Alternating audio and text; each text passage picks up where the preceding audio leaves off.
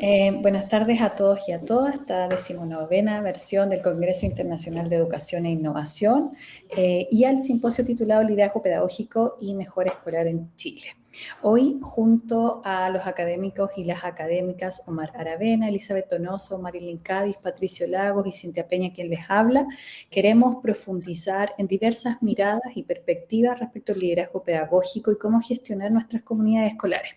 En este sentido, le voy en primer lugar, a dar la palabra al primero de los académicos de la Universidad Católica de Temuco, el doctor Omar Aravena Kienix, quien titula su ponencia Prácticas de liderazgo pedagógico que favorecen el aprendizaje profesional docente en liceos de la Araucanía. Cada uno y una de los expositores tendrá alrededor de 7 a 8 minutos para que podamos luego finalizar con un plenario y una discusión grupal. Omar.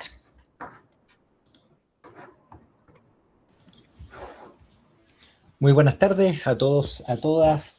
Muchas gracias por su presencia. Como bien dijo mi colega Cintia, les voy a presentar un estudio denominado Prácticas de liderazgo pedagógico que favorecen el aprendizaje profesional docente en liceos de la Araucanía.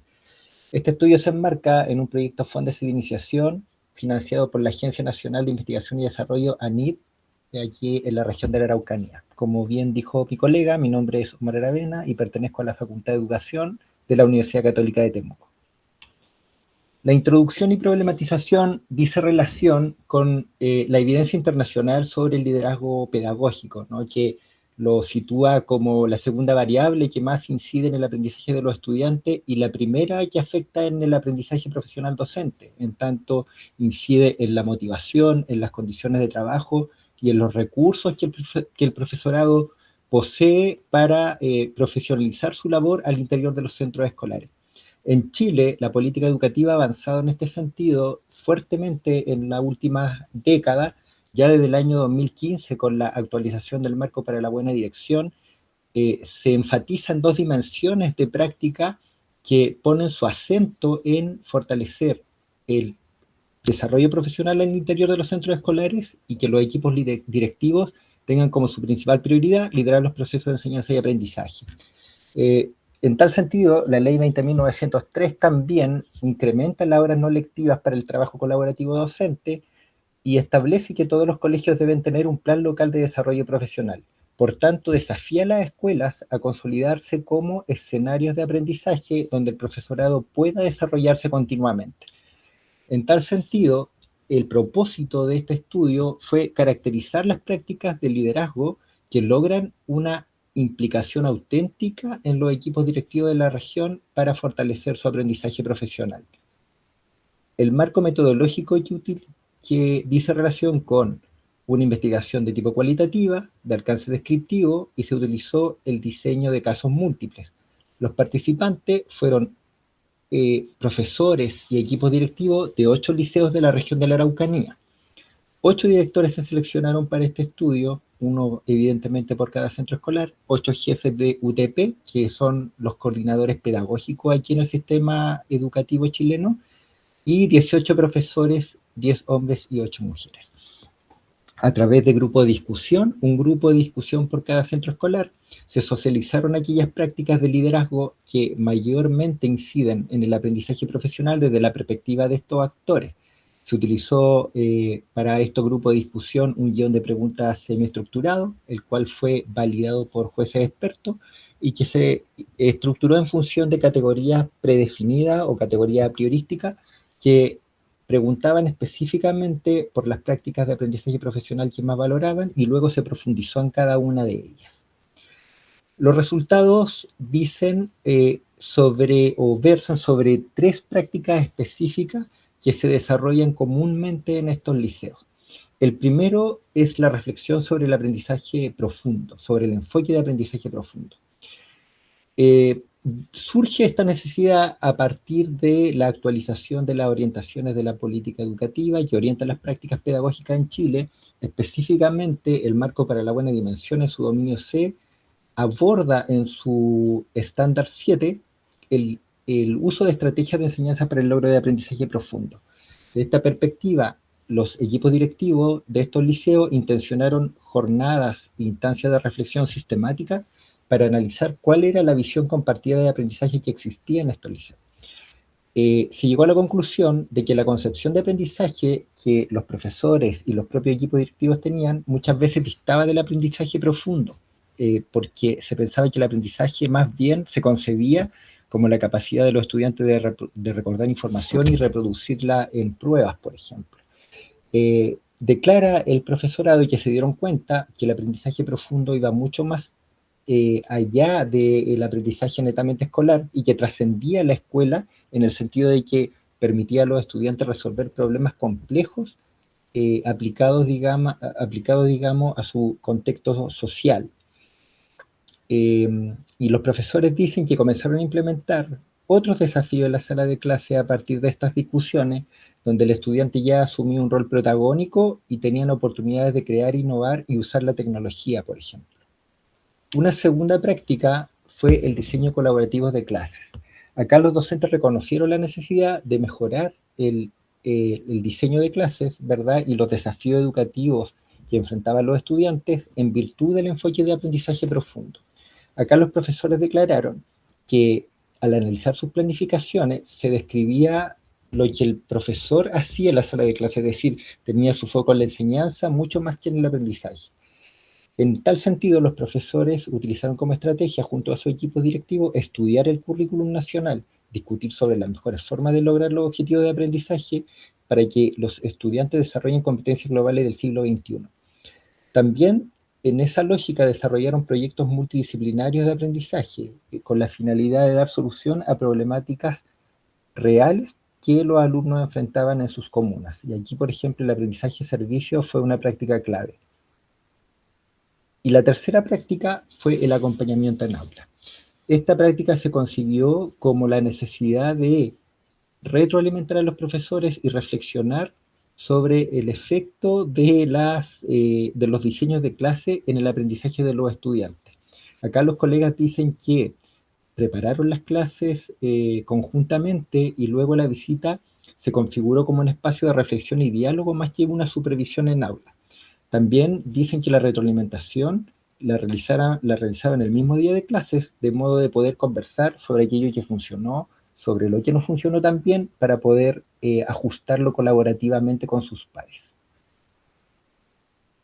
Se concluye de este estudio que los liceos de la Araucanía, que forman parte de esta investigación, se responsabilizan de implementar prácticas de aprendizaje profesional como un imperativo ético en sus centros escolares. En tal sentido, la transformación de la enseñanza requiere necesariamente comunidades que reflexionen sobre sus concepciones de aprendizaje en primer lugar. Una vez puesto sobre la mesa aquellas creencias sobre el aprendizaje, sobre la evaluación, sobre la enseñanza, los equipos directivos y el profesorado tienen más posibilidades de diseñar prácticas efectivas. Es necesario también que los liceos avancen en la construcción de sus propias trayectorias de aprendizaje, teniendo evidentemente como base siempre las orientaciones de la política educativa, pero es muy relevante que a la hora de tomar decisiones pedagógicas consideren los factores contextuales del centro escolar. Y el aprendizaje profesional, ¿verdad?, se debe entender como una práctica democrática, socialmente situada y que considera especialmente la voz de los estudiantes para diseñar acciones de mejora. Finalmente, se abordan nuevas posibilidades de investigación, como por ejemplo, cómo incide el liderazgo en contextos de alta complejidad social y cultural en distintas regiones del país que tienen mayor dificultad de acceso, por ejemplo, a instancias de aprendizaje profesional sistemático y situado. Esa es la presentación. Muchas gracias por su atención. Muchas gracias, Omar. Vamos a hacer un espacio de dudas y consultas hacia el final del simposio. Seguidamente, la académica de la Pontificia Universidad Católica de Valparaíso, la doctora Elizabeth Donoso Osorio, titula su ponencia Gestión y liderazgo pedagógico inclusivo en la transición desde educación básica a enseñanza media, desafío por los apoyos en contextos de diversidad. Elizabeth, tienes la misma cantidad de tiempo. Ya estamos visualizando tu presentación. Sí. Muchas gracias, Cintia.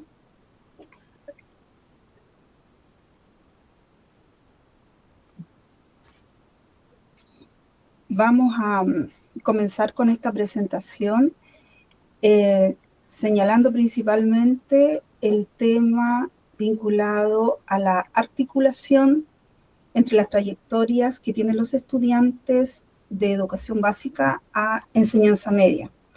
Hay algunos conceptos que vamos a dejar marcados en esta presentación que son vinculantes con liderazgo, que tienen que ver también con dificultades del aprendizaje, en el tema de inclusión, tal como lo dice el título, y la articulación que se produce en la enseñanza básica y media cuando se trata de un grupo de estudiantes en particular, aunque no quita eso que miremos entonces el contexto de todos los estudiantes.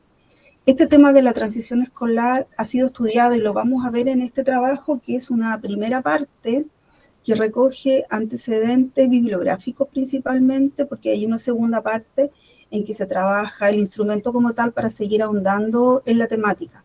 A modo de introducción, es importante también señalar que la presentación de esta temática está dado con una suerte de arquitectura que es propio de la inclusión, así parte, ¿verdad? Entonces, la idea de presentar las temáticas es también en la lógica de este tema arquitectónico que hace que algunas cosas sean facilitadores, pero que también haya barreras. La idea de presentar estas dos líneas en paralelo es para dejar justo en el centro el quiebre, una fractura en términos arquitectónicos. ¿Por qué? Porque se trata de ver este punto sensible que es la discontinuidad, en este caso, de la gestión y de los apoyos que se les brinda a los estudiantes cuando pasan de un nivel escolar a otro. Dentro de lo que vamos a ver luego en la información que se recogió, vemos que hay dos caminos, dos vías paralelas en investigación que rara vez se cohesionan. La primera vinculada al liderazgo inclusivo, todo lo que tiene que ver con gestión de la diversidad y cultura escolar, y otra línea que tiene que ver específicamente con la transición escolar, todo lo que es la transformación curricular en red y las relaciones que se producen en todos los ámbitos que tienen que ver con este ámbito. Una de las cosas que está marcada en la parte izquierda de la diapositiva en el ámbito de la introducción es el contexto y la brecha que se produce. Contexto y brecha porque estamos hablando de educación especial de un modelo homogéneo que ya hace un par de décadas que nos está dejando atrás desde que surge la inclusión, porque ahora se valora la heterogeneidad como una condición estructural de todos los espacios educativos y sociales en general. Entonces, lo que se ve en las investigaciones es que hay una desconexión y eso lleva a este riesgo, a este punto sensible que tiene que ver con la estructura que caracteriza a nuestros estudiantes, incluso se podría decir de un abismo cuando se produce este cambio de nivel, que es pasar de educación básica a la educación media, con esta pérdida de la continuidad de los apoyos que se brindan. Esta diapositiva tiene a la base el tema de inclusión y se marca la idea que hace años que ya nos marca que no es una adaptación periférica, sino que es el principio rector que garantiza acceso, participación y progreso continuo en la trayectoria de los aprendizajes de los estudiantes. Y aquí está esta homogeneidad. Nosotros teníamos antes este sistema en términos de estructura de lo que pasaba en las aulas y en todas nuestras acciones en general, que era todo muy parecido, todo normado, todo homogeneizado.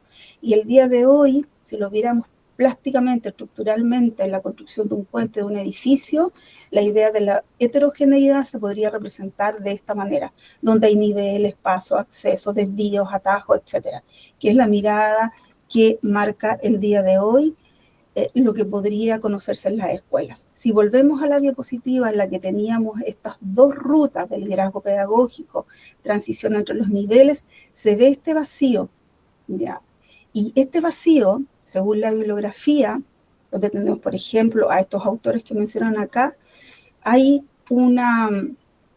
muchas decisiones directivas en las que se define inclusión escolar y en otras en las que se define articulación, pero ambas mezcladas, vinculadas, en las que podamos sacar de ahí aportes para nuestro trabajo, no están como tal, ¿ya? Hay focos en cultura escolar, en distribución de apoyos, hay foco en continuidad, curricular, de articulación, pero separado. ¿Y a quiénes afecta? Afecta mayormente a los estudiantes que son más vulnerables porque no cuentan con un marco institucional de apoyo continuo durante los años más críticos, que es pasar de la enseñanza básica a la enseñanza media. Hay articulación entre el nivel preescolar y el escolar, entre cuarto y quinto, incluso entre séptimo y octavo, pero básica a media no lo hay. Entonces, si quisiéramos seguir con la lógica arquitectónica, vemos que esta fractura afecta al estudiante, porque dentro de los pilares que nosotros tenemos, como son las transformaciones curriculares, ¿en qué nos vemos demandados o en qué se ven demandados los líderes? En el aumento de exigencia académica y fragmentación de las asignaturas, es lo que percibe el estudiante, es lo que le damos dentro de nuestra formación escolar. Transformaciones organizacionales, porque implica, si vamos a hacer un trabajo de organización, cambio en la estructura del establecimiento y en sus rutinas. También hay transformaciones relacionales, porque hay nuevos grupos de pares, multiplicidad de docentes que pasan a formar parte de lo que el estudiante trabaja en la enseñanza media. Cada área, cada disciplina con su profesor. Entonces, si nosotros no tenemos mecanismos institucionales de articulación desde la lógica de la dirección, estas tres tensiones, transformaciones organizacionales, relacionales y curriculares, pueden provocar una discontinuidad en los apoyos tanto pedagógicos como psicopedagógicos, porque todo esto implica una articulación. Dentro de esta lógica, entonces, el marco metodológico fue buscar bibliografía. Aplicamos un filtro, ocupamos el ICIT, se vio, por ejemplo, que se definieron algunos conceptos claves como necesidad específica, apoyo especializado, diversidad, se dejó fuera enseñanza superior, se dejó fuera enfoque clínico, llegando a un total de 80 artículos, 38 de ellos con predominio absoluto en la literatura, es decir, ¿qué entendemos por conceptualmente de? Hay 14 que son revisiones sistemáticas, 6 que son estudios cuantitativos y 22 que son estudios mixtos. ¿Qué pasó con este desequilibrio que se encuentra en la investigación, que dejan este vacío crítico en el momento de la transición? ¿Por qué? Porque estas 34 investigaciones orientan la cultura escolar mediante definiciones pedagógicas, pero de ahí a la bajada, de ahí a lo que se hace, cómo se hace, para qué se hace y cómo se evalúa y cómo se analiza el dato, no tienen mayor aporte. Dentro de las 20 que son de colaboración docente, principalmente se estudia la interacción pedagógica y la coenseñanza para responder a la diversidad. En las de liderazgo intermedio distribuido, se estudia cómo se articulan las decisiones institucionales en las prácticas situadas. En la coordinación interdisciplinaria, solo 4 estudios, y en la articulación principalmente entre profesionales.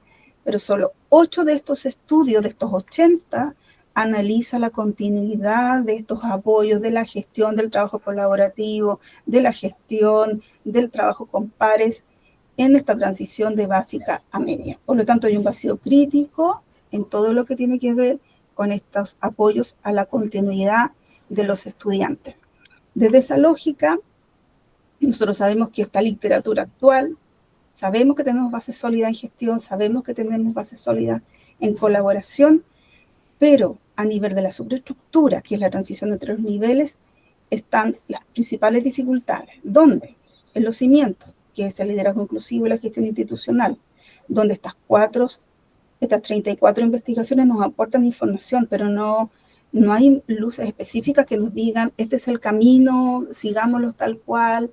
Y así nos pasa también con el liderazgo intermedio, se da cuenta de lo que hay, pero falta todavía información respecto de este tema. Nosotros seríamos el cemento en este caso con nuestra colaboración docente, porque esa es sólida, compacta, se afiata, ¿ya? Y esta coordinación interdisciplinaria, que tiene solamente 4 estudios, nos aporta temas que tienen que ver con las diferentes áreas, con los diferentes profesionales, principalmente para las dificultades de aprendizaje. Pero no encontramos mayor cantidad de información respecto de los apoyos que se brindan en esta transición. Está todo lo demás, pero los apoyos propiamente tal es un debe. Entonces, desde la lógica de lo que nosotros pudiéramos encontrar y llegar a discutir respecto de este tema, se ve claramente una una ilusión de una cúpula, que en este caso son los liderazgos pedagógicos, en el que está claro, según lo que arrojan las investigaciones, que no depende solo de los equipos directivos, también tiene que trabajarse en forma articulada, traduciendo en políticas y en práctica lo que dicen los líderes intermedios, cuál es el apoyo que ellos dan. Esto no es novedad, todo el mundo lo sabe, solo que verlo en las investigaciones y ver cómo se distribuye este conocimiento es muy revelador de qué es lo que pasa en las escuelas el día de hoy. De todo aquello que escuchamos, todo aquello que sabemos que falta, bueno, en las investigaciones también nos hemos encontrado mayor apoyo. El otro tiene que ver con esta red, el poder de esta red, que están los profesionales, están los equipos docentes, están los líderes, pero cómo se articulan, qué pasa con este fraccionamiento, que no pasan los apoyos de la enseñanza básica a la enseñanza media, o de un nivel de quinto a los niveles de octavo, ¿dónde están los topes?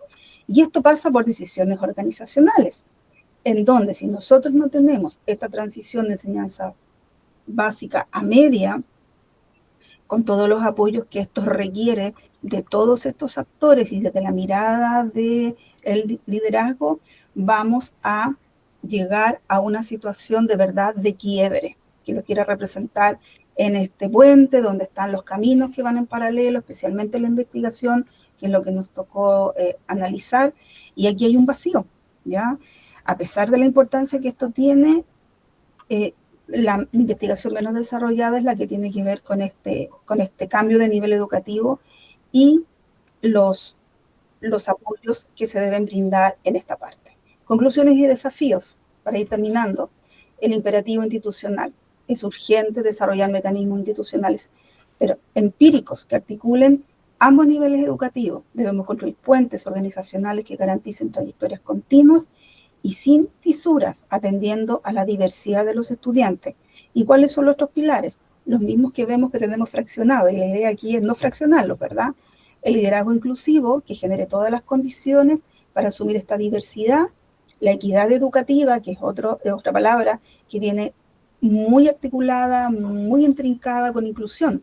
Claro, podemos tener inclusión, estamos trabajando en ello, pero ¿hay equidad en lo que estamos haciendo? Las colaboraciones tienen esta mirada, cómo se trabaja el liderazgo distribuido en esta lógica de pasar de un nivel al otro nivel con toda la toma de decisiones, esta coenseñanza que es sistémica también, no lo tengo parcelado en las asignaturas, pero cómo ayudo y brindo los apoyos para que el estudiante logre comprender la magnitud de todo lo que hace. Y el apoyo psicopedagógico vinculado al pedagógico, que es relevante en esta materia porque tiene que responder a las características de cada uno de los estudiantes. Muchas gracias por su atención. Dejo de compartir. Muchas gracias, Elizabeth. Seguidamente, la académica Marilyn Cádiz Altamirano, quien titula su ponencia Liderazgo Educativo y Emocionalidad, Desafíos y Posibilidades para un Ejercicio Consciente de Liderazgo, pasa a presentar sus principales hallazgos y aprendizajes. Marilyn. Bien. Creo que ahí debería estar en pantalla completa, me confirman. Súper. Muchas gracias. Bien, aquí voy a cronometrar el tiempo. Este estudio lo que busca un poco es un acercamiento a una característica que muchas veces se torna secundaria y no es parte esencial o directa en relación al ejercicio de liderazgo. Y es así como nosotros primero nos encontramos con una dificultad que tiene que ver con el enfoque tradicional de liderazgo o más bien de desarrollo técnico. Quiere decir eso, que tiene que ver con todas las formas, el desarrollo del ejercicio, las normativas, la implementación, la toma de decisiones, el análisis de datos, que la mayoría son elementos técnicos propios del ejercicio.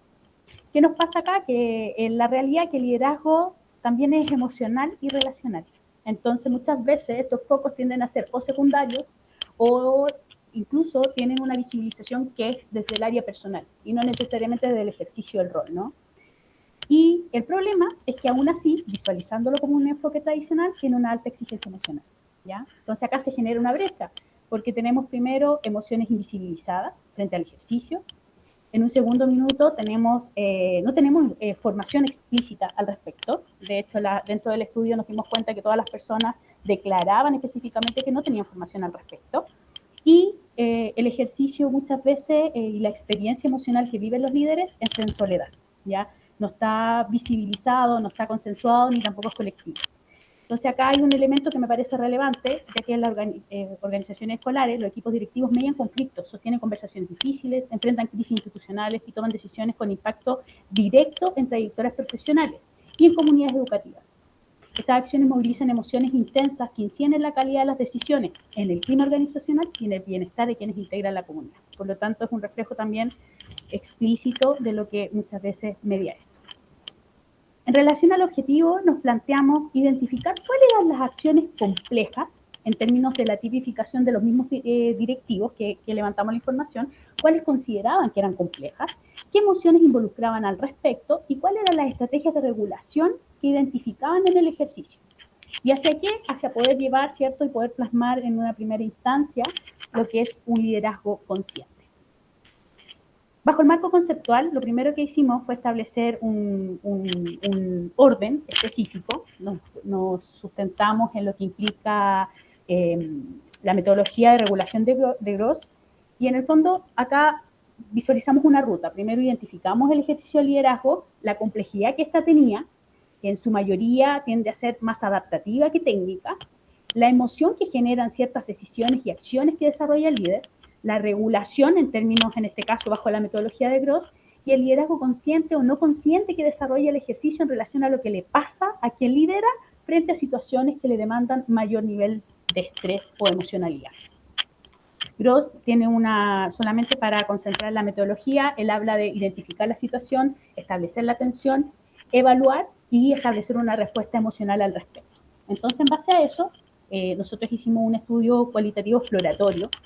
Tomamos a 20 líderes que tuvieran experiencia en el cargo o que lo estén ejerciendo, líderes específicos que son parte del equipo directivo, tienen experiencia al menos de 2 años, y levantamos una encuesta, ¿cierto?, para poder levantar sus observaciones al respecto y establecimos un análisis en relación a esas respuestas. Y acá me gustaría compartir y hacer esta ruta. Primero, ¿qué acciones complejas identifican ellos en el ejercicio? La primera tiene que ver con los conflictos entre los docentes, cuando a ellos les toca mediar, regular e intervenir en los conflictos entre los docentes. La segunda tiene que ver con la toma de decisiones, ¿ya? La tercera tiene que ver con el manejo de crisis. Y la cuarta tiene que ver con la implementación de las políticas públicas dentro del establecimiento. Cuando nosotros nos acercamos a la pregunta que frente a estas acciones complejas que ellos identifican del ejercicio, ¿cuál era la carga emocional? O si los podían organizar, ¿cierto?, a nivel de rango, ¿cuál es el que refleja mayor desgaste emocional? Nos dimos cuenta que mediar conflicto entre los docentes implica un nivel más alto para ellos. ¿Ya? Ahora, el rango va de 1 a 5 para que tengan una referencia, pero ¿qué es lo interesante de esto? Que mediar conflicto entre los docentes, tomar decisiones difíciles en un contexto muchas veces bajo presión y mediar crisis, ninguna de ellas suele ser un ejercicio técnico. Todo lo que por lo menos se enumeró en términos de la propuesta, como por ejemplo incorporar las políticas, tomar ciertas metodologías o técnicas para desarrollar cierto ejercicio, llevar adelante los PME o todo lo que implique más bien técnico, no estaba mencionado como una alta carga emocional o por lo menos no los primeros puestos. Cuando seguimos esta ruta, este análisis, nos dimos cuenta en una tercera instancia, cuando les preguntamos qué emociones específicamente identifica frente a estas situaciones, la primera que aparece es la ansiedad, ¿ya? La segunda tiene que ver con la frustración, la tercera el miedo y la cuarta la preocupación. Cuando lo logran identificar, ¿ya?, nos aparecen estos elementos. Y cuando vamos a la tercera instancia que nos interesaba, que era poder identificar cuáles eran las estrategias que tenían, que favorablemente en el levantamiento de información nos dimos cuenta que sí tenían estrategias, está la reevaluación, que tiene que ver con el grado de resignificancia de la acción o el fenómeno que me está movilizando emocionalmente. Apoyo social, es decir, busco en cercanos, en pares, en familiares, una contención al respecto. La reflexión, que me ayuda a situar específicamente la situación, darme perspectiva y analizarla externamente. Y la evitación. Ahora, ¿qué es lo relevante de estos resultados? Que si bien todos manifiestan tener ciertos mecanismos de regulación, todos indican que en el fondo es autónomo, de iniciativa propia, y no necesariamente una formación relativa en relación al ejercicio o al manejo emocional del cargo. En relación a la discusión, ¿qué podemos decir? Primero, con esto establecimos que el liderazgo es relacional. Se establece conexión con otras personas, se tienen que establecer acuerdos, llegar a instancias, mediar situaciones, muchas veces bajo presión o conflicto. La ansiedad como un fenómeno central en el ejercicio propiamente tal, y la regulación no formalizada. ¿Qué quiere decir eso? Que depende de la preocupación, autogestión, incluso iniciativa del líder, es que pueda establecer mecanismos de formación profesional para poder llevar a cabo el ejercicio. No existe una formación, ninguno declaró una formación al respecto para prepararse en estas instancias. La mayoría de las veces van desde las más adaptativas a las menos adaptativas. La supresión emocional es algo que igual en cierto punto es una olla a presión que en algún minuto va a desencadenar en alguna dificultad relacional o bien también puede ser personal. Las conclusiones en relación a esto, primero lo emocional es estructural, es decir, creemos que el área emocional de un líder también compone la estructura propia del ejercicio. Liderar sostiene vínculos, por lo tanto sí o sí se requieren ciertas herramientas, ¿cierto?, para establecer entornos y contextos sanos en relación al ejercicio de liderazgo. Y el tercero tiene que ver con la necesidad de formación, ya algo que en el fondo les permite identificar, condicionar, incluso estratégicamente identificar estrategias para su ejercicio. Acá podemos ver una ruta que resume específicamente este andar. Primero tiene que ver con las acciones complejas de liderazgo. Predominantemente las situaciones complejas para ellos son de carácter relacional, por lo tanto están asociadas específicamente al área emocional. El segundo tiene que ver con la activación emocional, destacándose emociones principalmente de ansiedad, frustración y miedo. La tercera tiene que ver con las estrategias de regulación emocional. Esta tiene que ver con las tres que mencionábamos, que también están en la base metodológica del marco teórico en relación a lo que nos plantea Gross. Y específicamente el tercero tiene que ver con el ejercicio consciente del liderazgo, que nos permite eso, tomar decisiones reflexivas, coherencia interna y acción intencionada. Es decir, si el líder en el fondo tiene ciertas habilidades para poder autorregularse, autogestionar la emoción, incluso poderla resolver y llevar de mejor manera, eso impacta directamente en las decisiones que toma la institución. Y para cerrar, creo que es interesante poner en la mesa esta pregunta. Bueno, ¿formamos líderes para decidir o para sostener la complejidad? Y con esto me quedo y refuerzo la conclusión anterior. Lo emocional es estructural porque no aparece solo en momentos excepcionales, atraviesa permanentemente las decisiones, las relaciones y tensiones que configuran el ejercicio cotidiano del liderazgo escolar. Por eso nos parece tan relevante seguir profundizando en ello y ojalá que sea una apertura para la continuidad del estudio. Gracias. Muchas gracias, Marilyn. Ahora el académico de la Universidad Católica de Temuco, Patricio Lagos, titula su ponencia de la formación a la práctica, transferencia del aprendizaje de docentes que participan en programas de formación de gestión y liderazgo escolar. Patricio, ya estamos visualizando tu presentación. Compártenos pantalla. Muchas gracias. Si quieres. Muchas gracias. Esta investigación está en el marco de la ejecución del proyecto Cóndese de Iniciación, número 1125-1530, factores que condicionan la transferencia de aprendizaje a los establecimientos educacionales por parte de docentes que participan en programas de formación de liderazgo y gestión escolar en la Araucanía, Chile. Y esta presentación es una parte del estudio, que es una revisión sistemática, y que se titula De la formación a la práctica, la transferencia del aprendizaje en liderazgo escolar.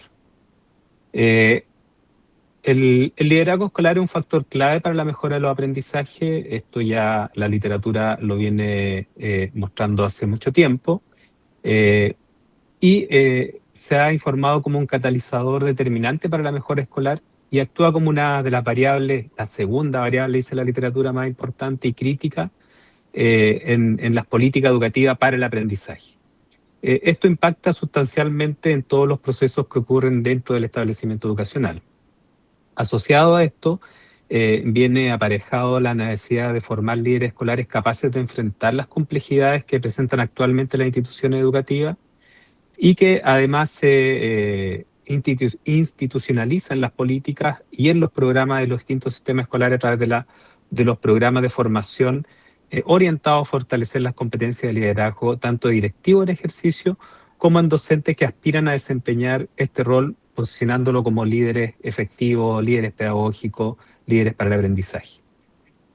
Un aspecto que se visualiza como relevante tiene que ver con la transferencia del liderazgo, que la definición conceptual de esto tiene que ver con la aplicación sistemática y sostenida de los conocimientos que se adquieren en los programas de formación. Y un elemento que aparece como nudo crítico tiene que ver con la poca investigación que hay respecto de la transferencia de los programas de formación y de los participantes de estos programas al contexto escolar. El objetivo final de la transferencia no es solo el aprendizaje individual, sino que impacte en un cambio organizacional y la mejora de los resultados escolares.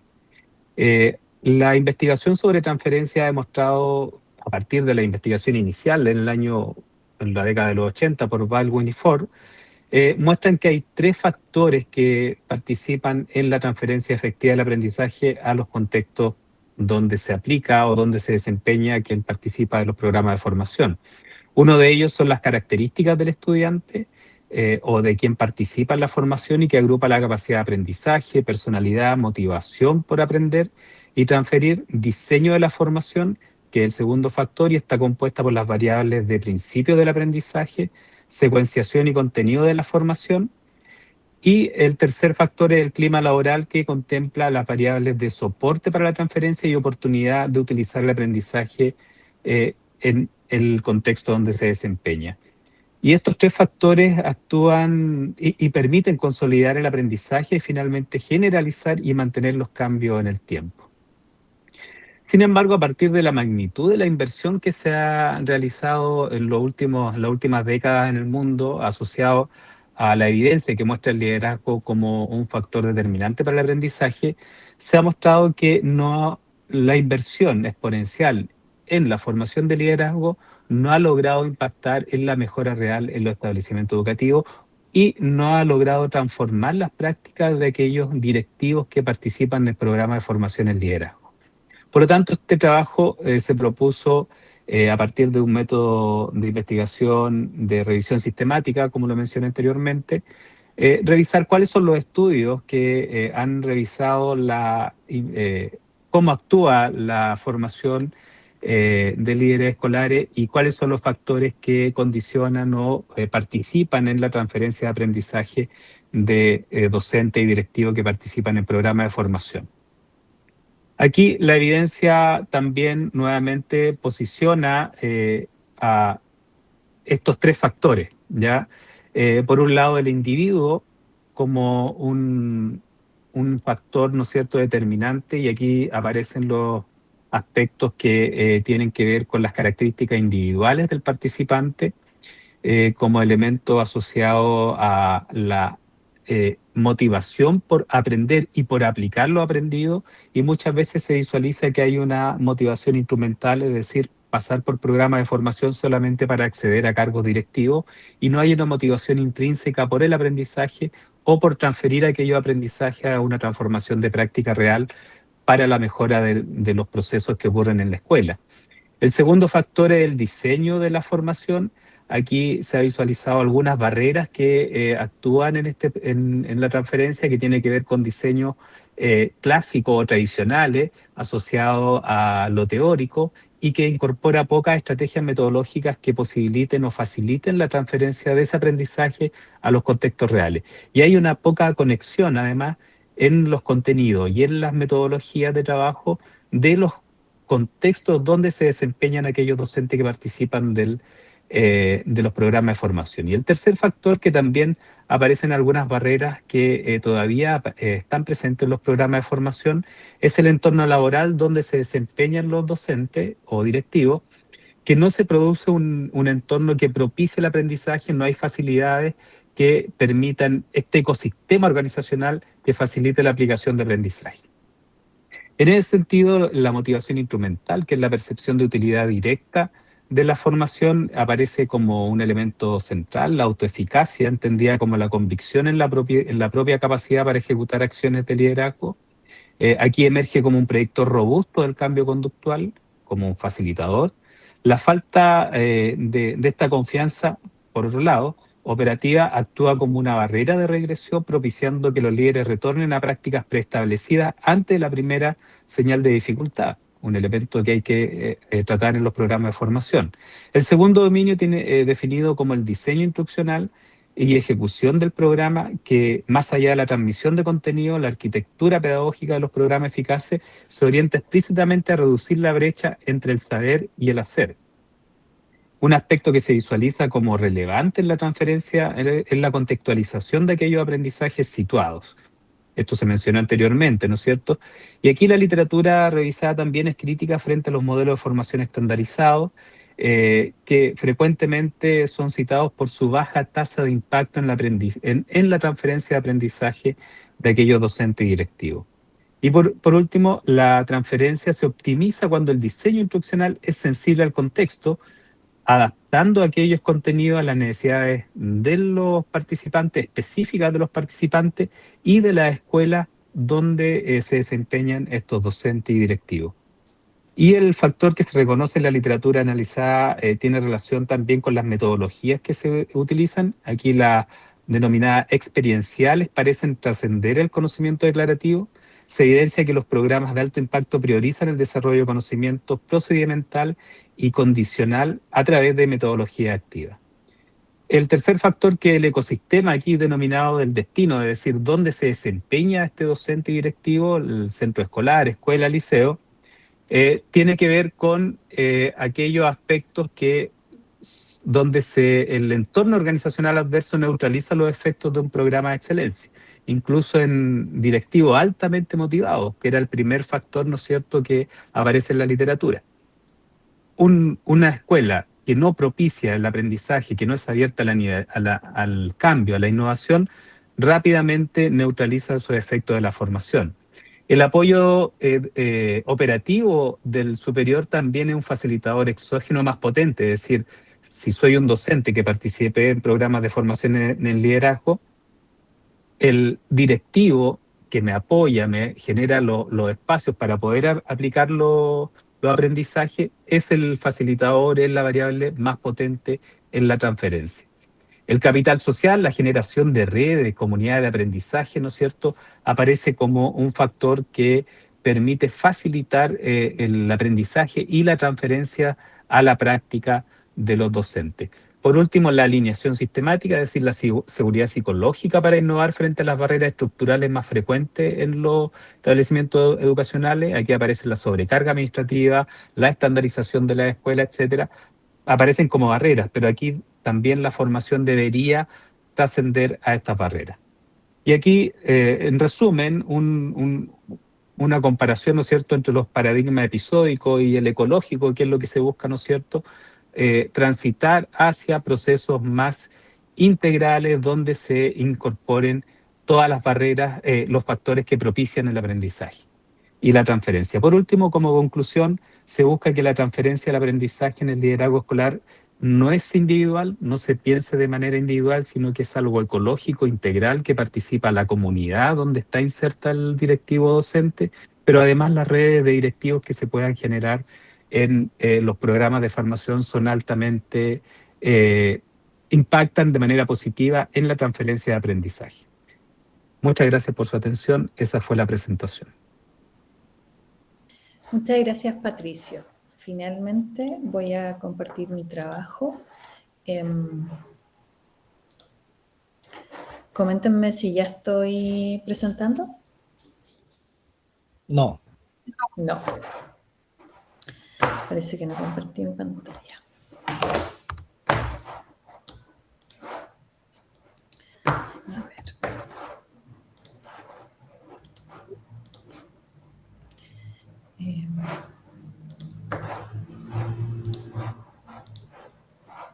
Ahí sí. Sí, muchas gracias. Miriam. El tiempo. Bien.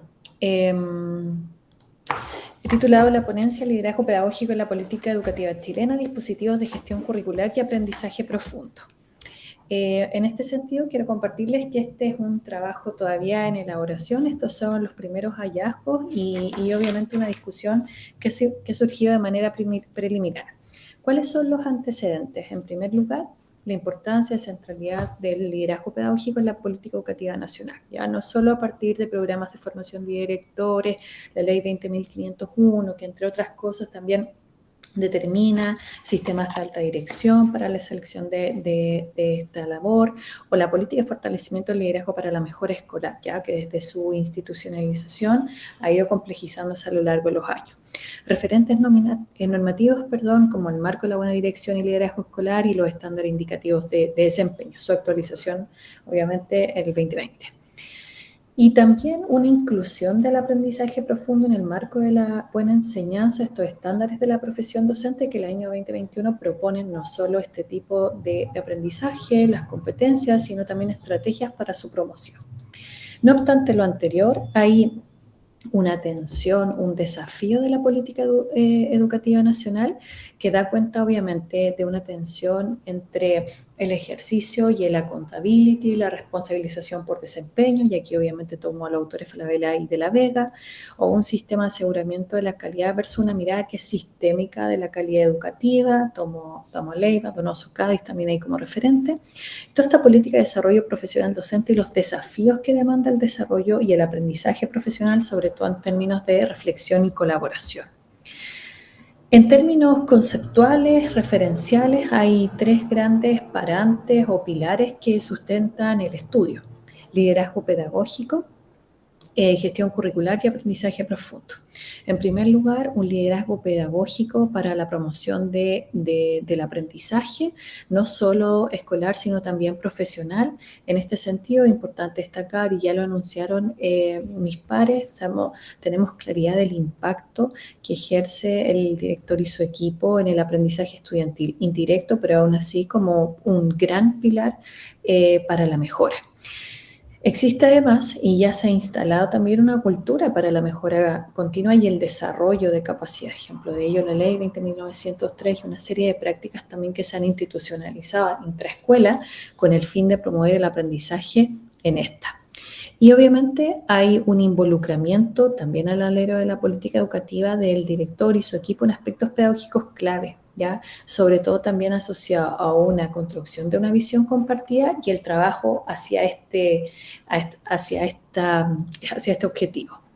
En términos de gestión curricular, obviamente también consideramos la idea de la articulación entre lo que ha sido prescrito, implementado y finalmente aprendido, evaluado, pero además también la comprensión de competencias. Y en esto el marco de la buena dirección, liderazgo, los estándares indicativos también dan cuenta de una serie de prácticas y dispositivos que nos permiten no solo planificar e implementar un currículum, sino también diseñarlo, monitorearlo, evaluarlo, ya con el fin de asegurar la calidad y propender a la mejora. Finalmente, un aprendizaje profundo, y aquí obviamente me sitúo en el alero como Fulham, Langworthy, Quinn, etcétera, en términos del desarrollo de estas competencias para la vida por medio de la adquisición de estos 6 Cs o competencias globales, también que se ha incorporado en el marco de la buena enseñanza con esta idea de una comprensión como utilización del conocimiento, ¿ya? Sobre todo asociado a la enseñanza para la comprensión. La pregunta de investigación del estudio: cómo los referentes de la política educativa en torno al liderazgo en Chile configuran el liderazgo pedagógico y cuáles son las orientaciones para la gestión curricular y la promoción de los aprendizajes en cada comunidad educativa. El objetivo, solo incorporo el general en esta oportunidad, analizar cómo se configura el liderazgo pedagógico en los referentes normativos de la política educativa chilena con relación a los dispositivos, ¿ya? De gestión curricular y el enfoque del aprendizaje profundo. ¿Cuál es la metodología en un diseño cualitativo, un estudio documental? Eminentemente interpretativo. Se busca analizar 2 referentes normativos: marco para la buena dirección y liderazgo escolar y los estándares indicativos de desempeño. ¿Cuáles fueron los criterios de selección? Primero, la relevancia de estos referentes para comprender el liderazgo y obviamente la relación que tienen con los criterios y variables, categorías del estudio, la vigencia desde su de promulgación, difusión, se han instalado en la política educativa y guían, orientan el ejercicio profesional de directores y sus equipos, y son centrales también para comprender la mirada política que le imprime el Estado, obviamente, a su comprensión del liderazgo, ¿ya?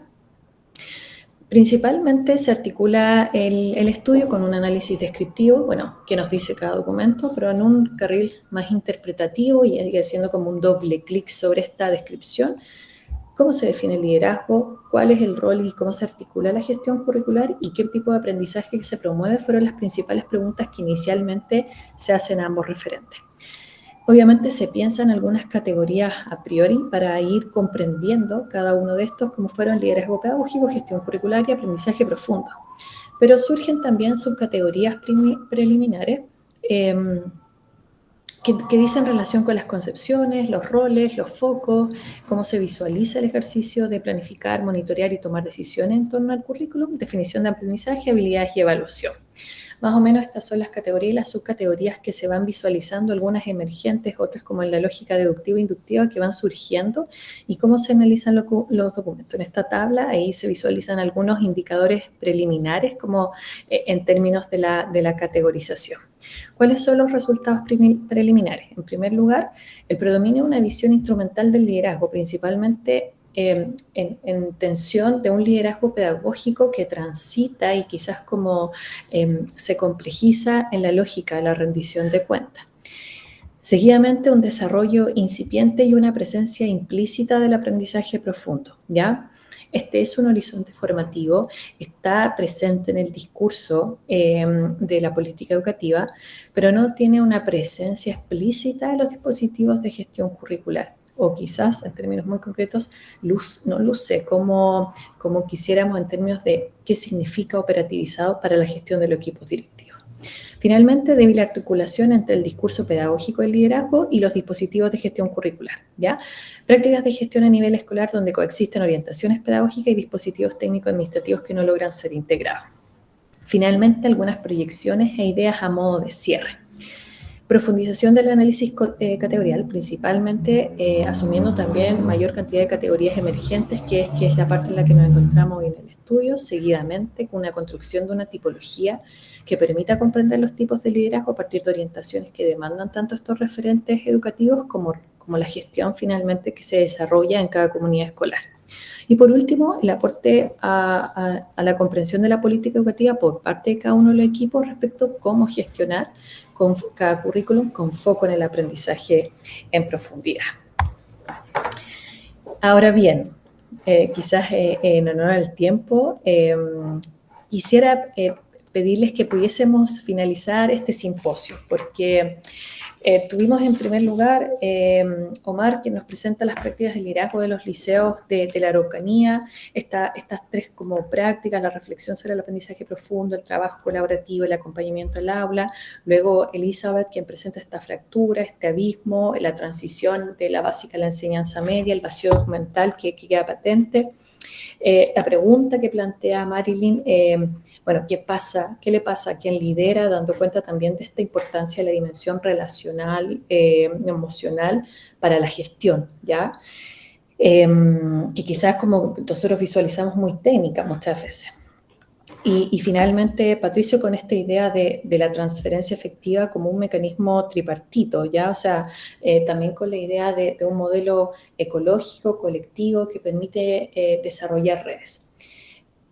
Y yo tratando de visualizar, obviamente, y comentarles cómo es también el ejercicio que se perfila en referentes de la política educativa, ya que parece estar en el ADN de la gestión, pero que muchas veces podrían no comprenderse desde su lógica y conceptos que subyacen. En este sentido, bueno, quiero preguntarles muy concisamente, ¿cuál sería un consejo, una práctica, quizás usted no lo haga, para guiar a los equipos directivos, ya sea en su inserción al ejercicio del liderazgo o en su desarrollo y consolidación, por ejemplo, para gestionar con mayor foco en la inclusión, con mayor foco en la transferencia y finalmente en una comprensión de su ejercicio que es tremendamente complejo? ¿Quién quiera partir?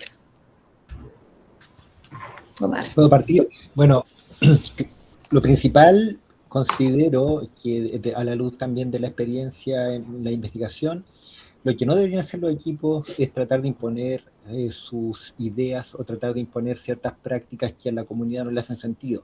Ahí el diálogo, la reflexión, sistemática, la posibilidad de que los actores participen en la construcción de esta visión compartida de liderazgo como un ejercicio colectivo también es clave. Muchas gracias, Omar. Patricio.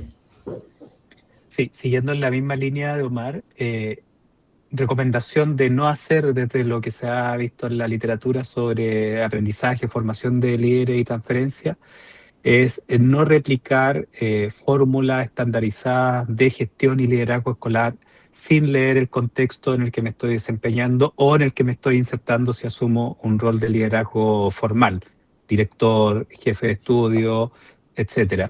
Primero, ver el contexto, no replicar fórmulas estandarizadas, yo creo que es algo que aparece bastante en la literatura, y implementar innovaciones siempre y cuando tenga un diagnóstico claro de la realidad en la que me estoy insertando. Muchas gracias. Bueno, quizás en la línea también podría compartir esto como de usted lo haga, quizás como asumir la política educativa sin este espacio de contextualización y también de comprensión muy reflexiva y colaborativa que surge en cada comunidad escolar, porque nos enmarcamos obviamente en un sistema de rendición de cuentas, pero además que permite el desarrollo profesional intracomunidad. Entonces, en eso la reflexión nos puede iluminar un camino quizás de gestión, muy situado. Yo agregar los colegas, perdón, Marilyn, en no mirar la escuela como islas entre los niveles, porque ya nos está diciendo la bibliografía que no hay un camino articulado, por lo tanto estos jóvenes están ahí a la deriva y pasando de curso a veces sin los apoyos que se necesitan. Eso. Y para cerrar, en el fondo, yo quiero levantar el hecho de que sea la ansiedad una de las emociones más altas percibidas por los directivos en este caso, porque en el fondo también repercute, primero, la responsabilidad de decidir, segundo, la exposición pública, y tercero, tiene que ver también, en el fondo, con ese vínculo de las consecuencias que pueden generar imposición. Entonces, frente a ese espacio, un poco como lo que decía Cintia recién, también tiene que ver con el colectivo. Muchas veces el ejercicio es súper solitario en ese espacio y muchas veces es poco amable en sensación del error, en permitir cierta flexibilidad, así que también es interesante que yo también hago la invitación ahí a en el fondo también permitirse transitar y tener sus espacios de contención consistentes. Bien, muchas gracias a todos y a todas. Los dejamos invitados ahí a que vean este simposio y obviamente que puedan ir reflexionando en torno al desarrollo del liderazgo a partir de este trabajo que tiene una localidad, o sea, está súper enmarcado en el ejercicio y desarrollo del liderazgo en Chile, pero que también invita profundamente a la reflexión independientemente del contexto y territorio donde se pueden encontrar.